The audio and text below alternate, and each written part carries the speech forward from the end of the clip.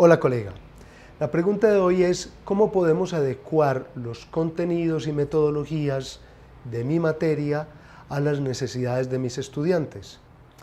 Esa respuesta ha traído controversia y también mucha angustia a los docentes. Espero hoy poder calmarte un poco de ambas. Soy el profesor Carlos Montoya y te doy la bienvenida al Taller del Educador.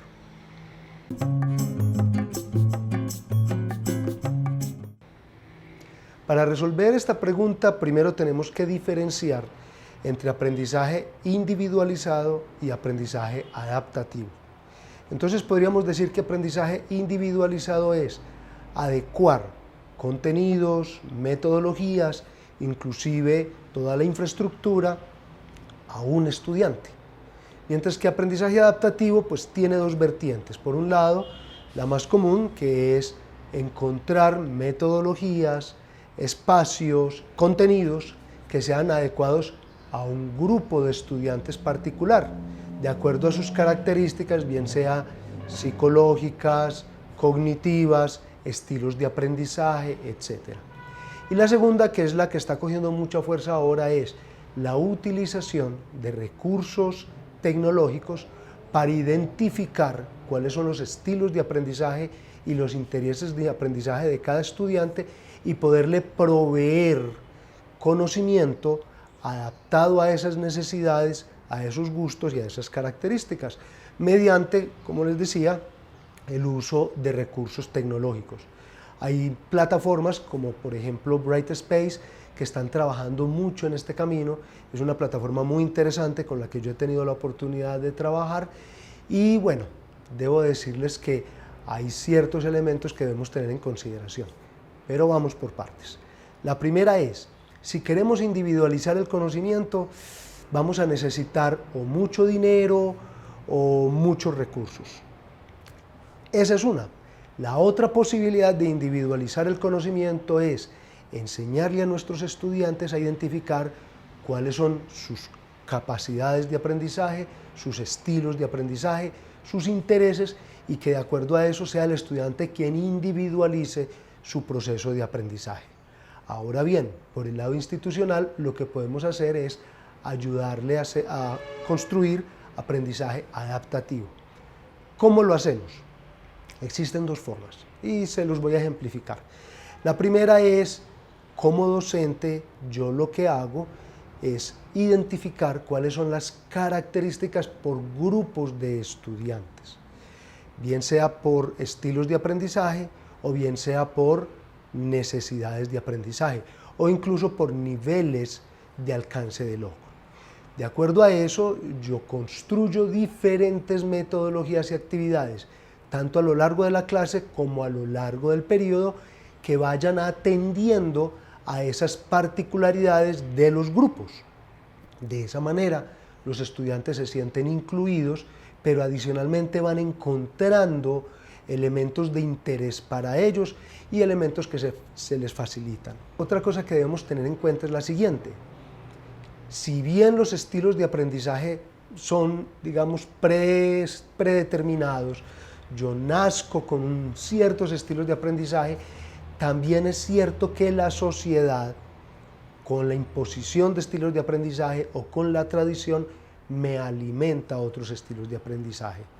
Ejemplo, yo soy kinestésico, sin embargo, como asistí a un modelo de educación visual auditivo, desarrollé esas capacidades. Y eso puede pasar. ¿Cuál es el problema de ser extremadamente adaptativos? Que entonces no le permitimos al estudiante el desarrollo de su plasticidad cerebral. Otro elemento muy importante que debemos tener en consideración son las características socioculturales de los estudiantes. En ese sentido, yo también debo acomodar no solamente mi curso, sino probablemente toda una estructura institucional. Les voy a dar un ejemplo. Yo trabajé en una universidad donde comenzamos a recibir estudiantes de diferentes etnias indígenas de Panamá y de África. Ellos no solamente tienen diferentes estilos de aprendizaje, sino diferentes estructuras lingüísticas. Adicionalmente, por las características socioculturales de sus países, venían con niveles de aprendizaje muy diferentes a los de los demás estudiantes que venían de lugares urbanos o de otros países. ¿Qué tuvimos que hacer? Adecuar nuestra estructura para que estos muchachos pudieran llegar antes y hacer un trabajo de nivelación y de aclimatamiento cultural para que pudieran cumplir exitosamente con su programa de estudio. ¿Por qué los trajimos antes? Porque consideramos que emocionalmente no era pertinente que ellos se demoraran más. Todos sabemos que con nuestros compañeros creamos vínculos muy fuertes. Entonces, si nosotros los traíamos a conciencia de que les iba a tomar más tiempo y los dejábamos para que se graduaran solos, ese esfuerzo de adaptabilidad que queríamos hacer lo arruinábamos con un golpe emocional muy grande para nuestros estudiantes. Entonces allí tuvimos que hacer adecuaciones de carácter institucional e inclusive conversar con los países que nos enviaban sus estudiantes, con sus ministerios de educación y con sus patrocinadores para que comprendieran que debíamos hacer un trabajo más extenso. Adicionalmente, tuvimos que hablar con los estudiantes para que ellos comprendieran que tenían que realizar esta otra parte y de esa manera hacer un esfuerzo personal. Entonces, como vemos, la adaptabilidad incluye muchos elementos, más allá de simplemente considerar los estilos de aprendizaje. Y finalmente, para cerrar, me gustaría hacer alusión a este tema, el de los estilos de aprendizaje. Normalmente cuando se habla de adaptabilidad, se piensa en una sola taxonomía de estilos de aprendizaje, que es la de los estilos de percepción, usada por el PNL. Sin embargo, realmente existen 71 taxonomías.